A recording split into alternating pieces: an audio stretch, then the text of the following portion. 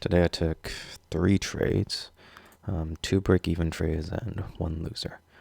Um, these were the same setup, basically the same trade. I got ticked out here, so I entered again um, and took a break-even on that.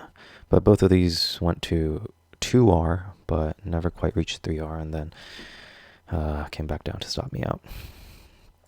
So today, pivots were all pretty bullish. Um, The floor pivots were also bullish there and overlapping higher on cam, so that was decently bullish. But it was a little downtrend overnight, so we were opening up under L3 and under CPR, under value, but inside range. So ideally, I wanted it to rally up to value area low here, which was also CPR, which was also this high volume node ledge. So I really like this level between 74.27 to 74.30. So that was my main plan, but it never came up there. My other plan was S1 because we are in a bullish trend. I would long S1. I would also long this high volume node ledge area all the way down to this 30-minute demand zone I had. So long here or short here was my plan. It kind of worked out, but not the way I thought it would. I wanted it to break above this trend and at least test CPR, but that never happened. So each time it went to VWAP, it would just reject. So market opens up and it starts selling off, and it sells off without going to test value area low here. So I'm looking at longs here at 74.06 area, all the way down to the demand zone there. And my first trade comes right just under high volume node ledge here, right at S1. And I see this CVD hidden divergence starting to form here. Delta breaking lows, but price wicked below the lows. So wicked there. Delta divergence on the 1 minute, bunch of buying imbalances come in. I like that. On the 2 minute, delta divergence forming there. A bit of trapped sellers there.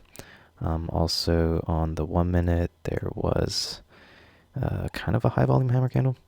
So overall, I liked this. I was looking for a retest back in. I see this 20 range delta divergence now. I'm seeing this 2 minute delta divergence form again on that retest. So I entered with 2 contracts. The CVD hidden divergence was sustaining, going even lower on this retest. And 1 minute delta divergence was still valid. So I liked it. And so I took a trade, 2 contracts. And I really thought it was a decent trade. I thought it was a very good trade, actually. There's also another piece of context here. This low here, the RSI was down here, but never broke the lows here on price, but the RSI was down over here. So it was a hidden divergence on RSI. So I thought it was great confirmations, great entry. I was in with 2 contracts, started rallying. It held on this B shape here on that retest. 20 range candle ended as delta divergence. Everything was looking pretty good. Even on that rejection, it held on that B shape and then started rallying back up. So I honestly thought this was going to keep going. I mean, at least to 3R. I mean, I was honestly feeling like 3R was too close of a target here. That could be my greed speaking, obviously, but yeah, I thought everything was going pretty well. Yeah, there was a little bit of struggle here, but I thought it would break out of it. And then just random selling came in. Huge selling. And at this point, I was already up 2R. I didn't quite put my stop at break even because I wanted it to kind of rally a little bit more before. I mean, there was a higher low placed here, but I wanted another one, I guess. But after this drop, I figured it seemed like it was something like a news sell-off type of thing. So, I mean, contemplating whether or not to put my stop at break even, because if it's news, I don't want to be holding some sort of news related sell-off. So it seems like it's bouncing initially, but then it doesn't, and comes back down. So I put my stop at break even, I get stopped out at break even, and now I'm looking for a re-entry because I still think it's decent. There's a 2-minute delta divergence that formed, but it didn't really sustain. All the pops were getting sold into.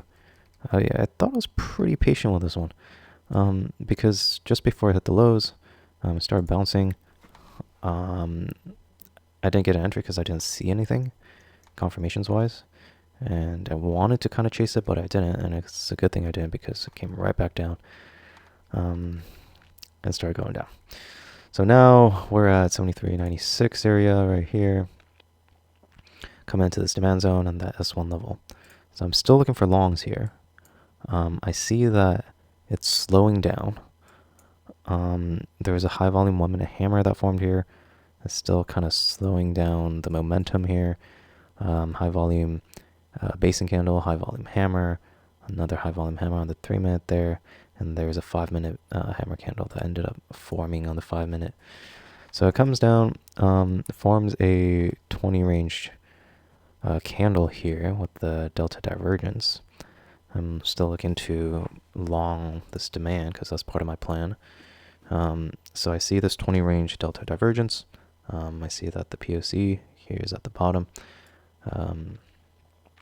Also on the 1-minute, it's a delta divergence, green candle, but negative delta.